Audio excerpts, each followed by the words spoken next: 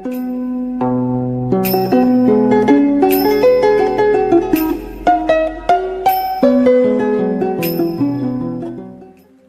ဘရဲ့ကျေးဇူးတရားကိုသိမြင်နားလည်မှုမရှိသိမြင်နားလည်မှုမရှိတော့ဆက်ရကောင်းမှမသိချိုချိုသားသားပြောရကောင်းမှမသိနုနုညံ့ညံ့ဆက်ဆံကောင်းမှမသိမိဘတွေကိုတကယ်ကျေးဇူးရှင်တရားအနေထားပြီးတော့တန်ဖိုးထားရမှမသိတဲ့သားသမီးတွေကမရှိဘူးလားရှိတယ်အဲ့ဓာတွေဟာအင်မတန်အပြစ်ကြီးတာပဲနော်အင်မတန်အပြစ်ကြီးတယ်ဟိုဗမာစကားပုံလည်းရှိတယ်မဟုတ်လားမိဘမျက်ရည်တစ်စက်သားသမီးဒုက္ခတစ်သက်ဟုတ်ရဲ့လားအေးဒါတွေကတချို့ကလည်းပဲမိဘစိန်ရည်တဲ့တယ်လို့ပြောကြတယ်နော်ဦးဇင်းတို့မြတ်စွာဘုရားကတော့စိန်ရည်လို့ဟောထားတာတော့မတွေ့ဘူးမီးလို့ဟောထားတာတော့တွေ့ဘူးတဲ့။အိုးတောင်ကြောက်เสียကောင်းတယ်။ဘာတဲ့တော့မီးတဲ့မိဘဆိုတာသားသမီးအတွက်မီးပဲ။ကောင်းကောင်းမွန်မွန်မကင်တွယ်တတ်ဘူးဆိုရင်တော့တေချာပေါက်မီးလောင်ခံရတယ်လို့ဆင်းရဲလိမ့်မယ်။ဟုတ်ရဲ့လား။ဦးဇင်းတို့အင်္ဂုတ္တပါဠိတော်မှာအခိတုတ်တံဆိုပြီးတော့ရှိတယ်အတူချုပ်လေးပြောပြမယ်။ပုံနာတယောက်ကမီးပူဇော်တယ်။အကျွေးတွေအမွေးတွေနဲ့ပေါ့လေ။အဲ့ဒါမြတ်စွာဘုရားကြွသွားတော့ဟဲ့သူရုပ်မှာရက်ဒီမှာမီးပူဇော်နေတယ်ပေါ့အဲ့လိုမျိုးပြောတဲ့အခါကျတော့မြတ်စွာဘုရားကသင်ကမီးဆိုတာဘယ်နှမျိုးရှိတယ်လဲသိသလားလို့မေးတယ်။ဒါမှအံ့ဩတယ်ဒီမှာမီးတောက်နေတာသူဒါပဲသိမှာပေါ့အဲ့တော့မြတ်စွာဘုရားကတခါကြီးမီးဆိုတာလောကမှာ9မျိုးရှိတယ်တဲ့ပယ်ရမယ့်မီးက3မျိုးတဲ့ဂယုဆိုင်ရမယ့်မီးက3မျိုးတဲ့နော်ငိမ့်တဲ့အချိန်ငိမ့်တောက်တဲ့အချိန်တောက်စေရမယ့်မီးက1မျိုးတဲ့မီး9မျိုးရှိတယ်ပယ်ရမယ့်မီးဆိုတာကယာဂမီးဒေါသမီးမောဟမီးပိတ္တတို့သိရနော်ဆွဲလန်းမှုမကျေနပ်မှုတွေ့ဝေမှိုက်မဲမှုပေါ့အဲ့ဒါကပယ်ရမယ့်မီးအဲ့ဒါတွေကလည်းတတ္တဝါတွေကိုမီးလို့လောင်ကျွမ်းစေတယ်မီးလို့ပျက်စီးသွားစေတယ်ဒါကြောင့်သူတို့ကတော့ဖယ်ရှားပြရမယ့်မီးငြိမ့်သက်ပြရမယ့်မီးပေါ့ဂယုဆိုင်ရမယ့်မီးကလည်း3မျိုးရှိတယ်တဲ့အဲ့ဒါကဘာလဲဆိုတော့ပထမမီးကမိဘဆိုတဲ့မီးပဲတဲ့မိဘဟာမိဘဟုတ်ရဲ့လားဒီမိဘကိုမယုံမသိပြောမယ်မိဘကိုမလေးမစားဆက်ဆံမယ်ဆိုရင်ကိုယ့်ပေါ်သိကောင်းထားတဲ့လူတစ်ယောက်ကိုဆက်ဆံတဲ့နေရာမှာဂယုဆိုင်ရမယ်တာမန်လူတွေပေါ်မှာဆက်ဆံတာနဲ့တူလို့မရဘူးတာမန်လူထားတဲ့မေတ္တာစေတနာမျိုးအဲ့ဒီလူကကိုယ့်ကိုထားတာမျိုးမဟုတ်ဘူးမိဘကကိုယ့်ကိုထားတာကတာမန်လူထားတဲ့စေတနာမေတ္တာမျိုးဟုတ်သလားအဲ့တော့တာမန်လူပေါ်မှာဆက်ဆံတဲ့လူမျိုးဆက်ဆံလို့ကတော့ဘယ်လိုနည်းနဲ့မှမရနိုင်ဘူးဒါသဘာဝကြကြစဉ်းစားကြည့်တာနော်ဒါကြောင့်မိဘကိုကောင်းကောင်းမွန်မွန်ကင်တွယ်ရမယ်မဟုတ်ရင်တော့အဲ့ဒါမီးလိုလောင်ခံရလိမ့်မယ်နောက်ပြီးတော့ဂဟပတကီတဲ့အိမ်ရှင်လင်ယောက်ျားမီးနော်ယောက်ျားတွေဟာမိသားစုအပေါ်ဇနီးမယားရဲ့အပေါ်မှာအင်မတန်အကျိုးကျေးဇူးများတယ်ဘလို့ပဲတချို့နေရာတွေမှာမကောင်းဘူးဆိုစေကမူဘလို့မှညင်းလို့မရတဲ့ကောင်းတဲ့ကျေးဇူးတရားတွေအများကြီးရှိတယ်နော်နောက်ဆုံးအရက်တောက်ပြီးတော့ဖေးရိုက်ပြီးတော့နေတာမျိုးရှိချင်းရှိမယ်ပေါ့ဟုတ်လားဘလို့မှအားကိုးလို့မရတဲ့အနေအထားမျိုးရှိနေတဲ့ဆိုအောင်တောင်မှ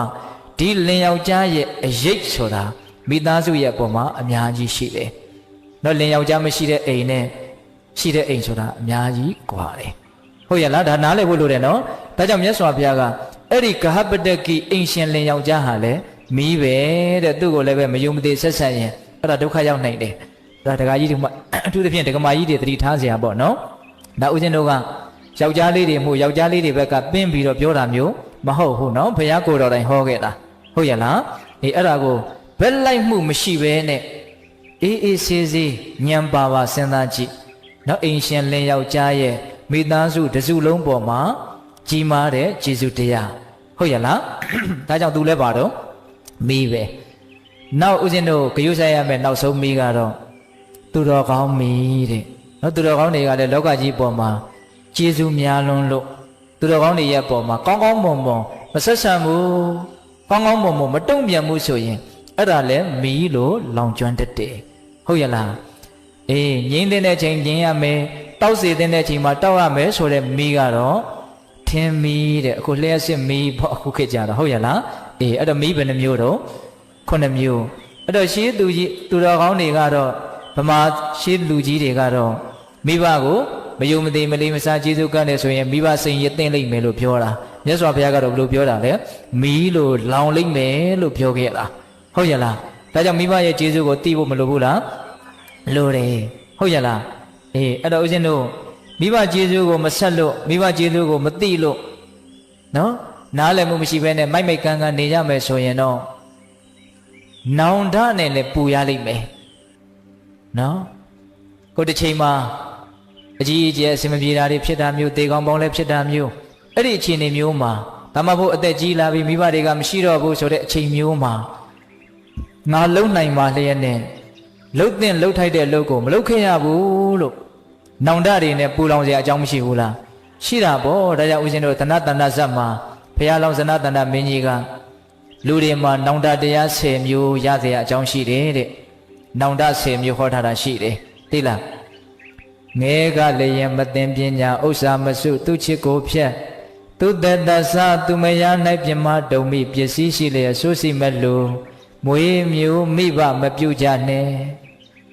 ငယ်တုန်းကစပညာမသိခဲ့ဘူးအဲ့ဒါကြီးရင်နောင်တရမယ်နောင်တ10မျိုးဟောရင်တရားအများကြီးရှိရသွားမယ်နော်အဲ့ဒီနောင်တရစရာ10မျိုးထဲမှာမိဘကိုပြုစုမွေးမြူခြင်းမပြုခဲ့ခြင်းတည်လည်းပဲနောင်တရခြင်းရဲ့အကြောင်းတရားတစ်ခုပါတဲ့အဲ့ဒါနောက်တစ်ချိန်မှာနောင်တနဲ့ပူလောင်အောင်မိဘကိုပြုစုလုပ်ကြွေးမှုမရှိခြင်းသည်နောင်တရစေခြင်းရဲ့အကြောင်းတရားတစ်ခုလို့နားလည်ရမယ်ဟုတ်ရလားပြီးတော့ဦးဇင်းတို့ဒါကတော့မျက်မြင်လောကအမြင်အရပြောချင်တာပေါ့လေကိုကမိုက်မဲတယ်ဆိုရင်မိုက်မဲတဲ့သားသမီးလေးတွေရတတ်တယ်ကိုကမိဘအပေါ်မှာတိတ်ပြီးတော့မကြည့်ဘူးဆိုရင်အဲ့ဒါလိုပဲမိဘအပေါ်မှာတိတ်မကြည့်တဲ့သားသမီးမျိုးရတတ်တယ်ဒါဒါရိုက်ကြီးဓာတ်ထိကြီးမှန်မယ်လို့တော့မဆိုလိုဘူးပေါ့လေဟုတ်ရဲ့လားဒါပေမဲ့ဦးဇင်းတို့လောကအတွေ့အကြုံရဦးဇင်းမိခင်ကြီးကအလွန်ပြောတယ်နော်ဆိုးရတဲ့သားသမီးများဟာမိဘအပေါ်မှာမကောင်းတဲ့သားသမီးများဟာသူတို့အပေါ်မှာမကောင်းတဲ့သားသမီးမျိုးတွေကြီးရတာကိုသူတော်တော်များများတွေ့ရတယ်တဲ့အဲ့ဒါသူကတော့သူ့ကိုယ်သူအမြဲတမ်းလဲဂုဏ်ယူပြီးတော့ပြောတယ်မိဘရဲ့အပေါ်မှာအင်မတန်ကောင်းတယ်ဦးဇင်းအမေကဒါကြောင့်မို့လို့သူသားသမီး9ယောက်ရှိတယ်သူ့အပေါ်မှာအင်မတန်ကောင်းတဲ့သားသမီးတွေချီပဲသားသမီးနဲ့ပတ်သက်ပြီးတော့သူ့မှာစိတ်ဆင်းရဲတဲ့အကြောင်းမရှိဘူးလောကကြီးရဲ့အင်မတန်ဆန်းကျင်တဲ့သဘောပေါ့နော်ကံတူအကျိုးပေးလို့ပြောရင်လည်းပဲရနိုင်ကောင်းပါရဲ့ဟုတ်ရဲ့လားဒါကြောင့်ကိုယ့်ဘဝနောင်ရည်ကိုယ့်ဘဝရဲ့နေဝင်ချိန်ကိုကြည့်ပြီးတော့ကိုယ့်ကိုယ်ချစ်သောအဖြစ်လည်းပဲမိဘတွေပေါ်မှာကောင်းတဲ့နယ်လို့ထင်တယ်ဟုတ်လားကိုယ့်ဘဝနေဝင်ချိန်ကဘယ်သူလက်ထက်နေဝင်ရမှာတော့သားသမီးတွေလက်ထက်နေဝင်ရမှာတော့ချစ်ချစ်မုံမုံစိတ်တိုင်းကြမကြဟုတ်လားအခုချိန်မှာတော့ကိုကသွားနိုင်လာနိုင်စားနိုင်တောင်းနိုင်ဆိုတော့ခတ်တင်းနေခြင်းနေလိမ့်မယ်ဒါပေမဲ့အဲ့ဒီအခြေအနေမျိုးကအမြဲတမ်းရှိမလားမရှိဘူးเนาะပစ္စည်းဥစ္စာဘလောက်ပဲပြည့်စုံသားသမီးနဲ့ကင်းပြီးတော့အနာဂတ်ဦးဇင်းတို့ဘဝနေဝင်ချိန်မှာအဆင်ပြေဖို့ဆိုတာမလွယ်ဘူးအဲ့တော့သားသမီးကမကောင်းဘူးဆိုရင်တော့တေချာပေါက်စိတ်ညစ်ရမှာပဲဒါကြောင့်ကိုသားသမီးလေးတွေကိုငယ်ငယ်လေးတွေကစလိမ်မာရေးချရှိအောင်ကိုတာဝန်အပြည့်အဝရှိတယ်လုပ်ပေးရမယ်ဟုတ်ရဲ့လားအဲ့ဒါလိုလှုပ်ချင်းသည်သူ့ကိုကောင်းအောင်လုပ်ရတော့ရောက်တယ်လို့ကိုလည်းကောင်းအောင်လုပ်ပြီးသားမရောက်ဘူးလားရောက်တယ်ဟုတ်ရဲ့လားအခုတနည်းပြောပြန်ပြီနော်မိဘအပေါ်မှာကောင်းခြင်းတည်မလဲကိုယ့်အပေါ်မှာကောင်းတဲ့သားသမီးမျိုးရနိုင်တယ်မိဘအပေါ်မှာမကောင်းသောအဖြစ်ကိုယ့်အပေါ်မှာမကောင်းတဲ့သားသမီးတွေလည်းရတတ်တယ်ဘုရားရှင်ကဒါလေးကိုပြောတော့ဇတ်တော်လေးတစ်ပုဒ်ကိုအမှတ်ရတယ်သိလားဇတ်တော်လေးတစ်ပုဒ်ပြောပြခြင်းနဲ့ဏိကုံးချုပ်နော်ဘာပြောခြင်းလဲဆိုတော့သားဖ2ယောက်ရှိတယ်သားဖ2ယောက်ရှိတယ်ဖေကြီးကသားကိုအင်မတန်ချစ်တယ်အဲ့ဒါနဲ့ငါသားမင်းအိမ်အောင်ပြုတော့အဖေကိုပြုစုလုပ်ကြွေးအောင်မယ်အိမ်အောင်ပြုသေးဘူးပေါ့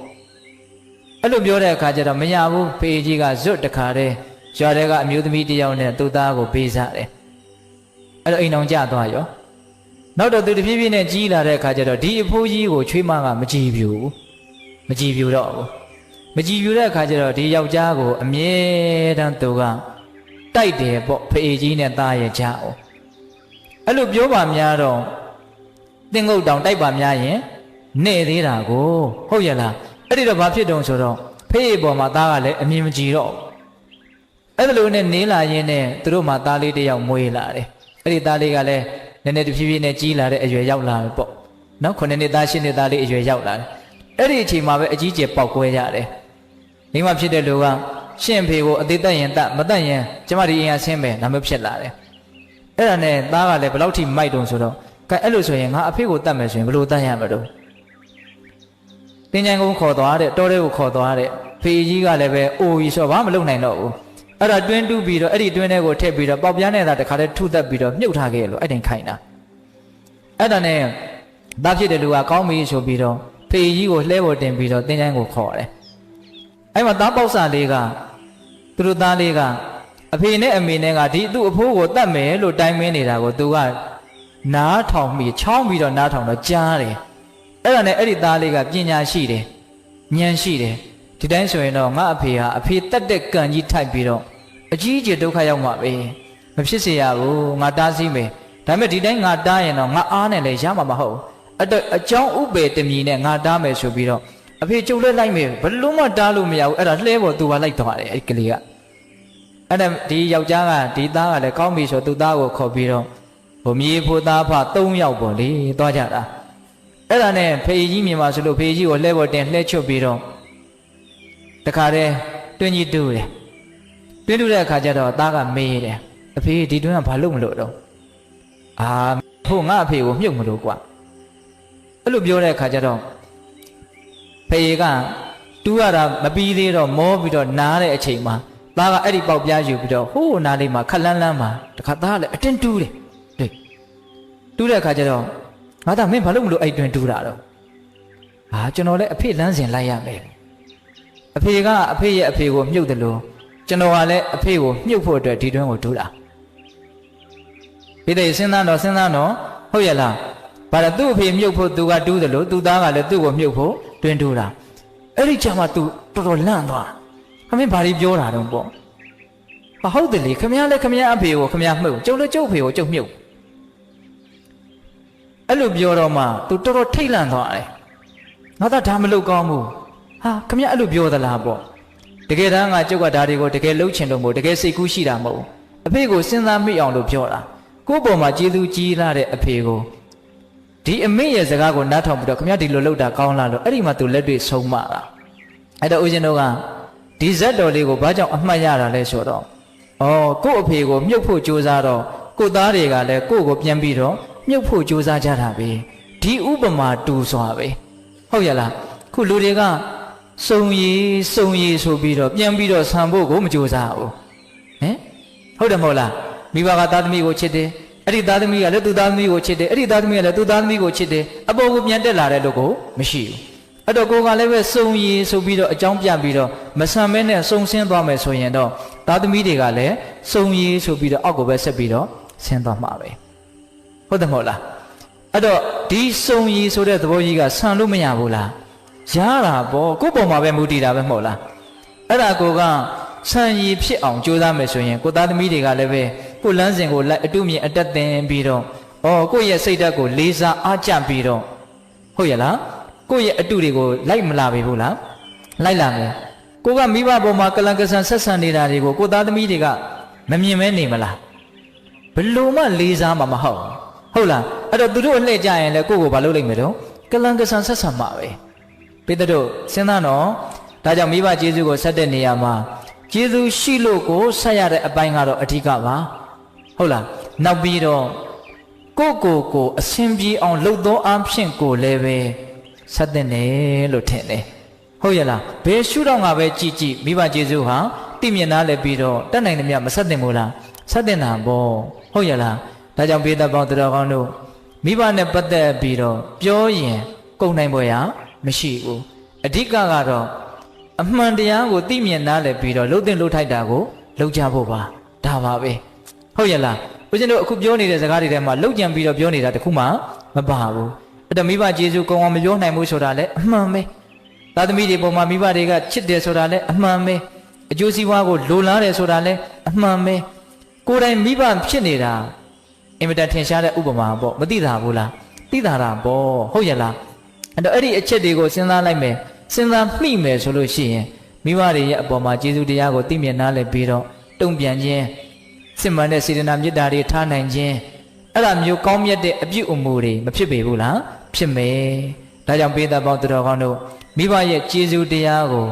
အထူးသိမြင်ကြဖို့မလိုဘူးလား